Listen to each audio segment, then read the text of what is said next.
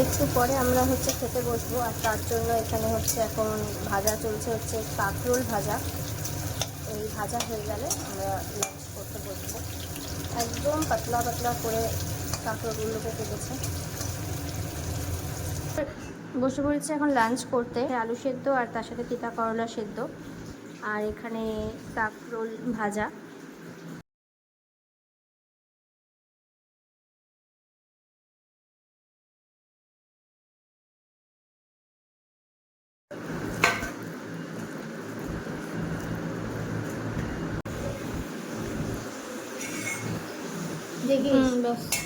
এখানে মুগ ডাল, তার সাথে কাঁকরোল ভাজা।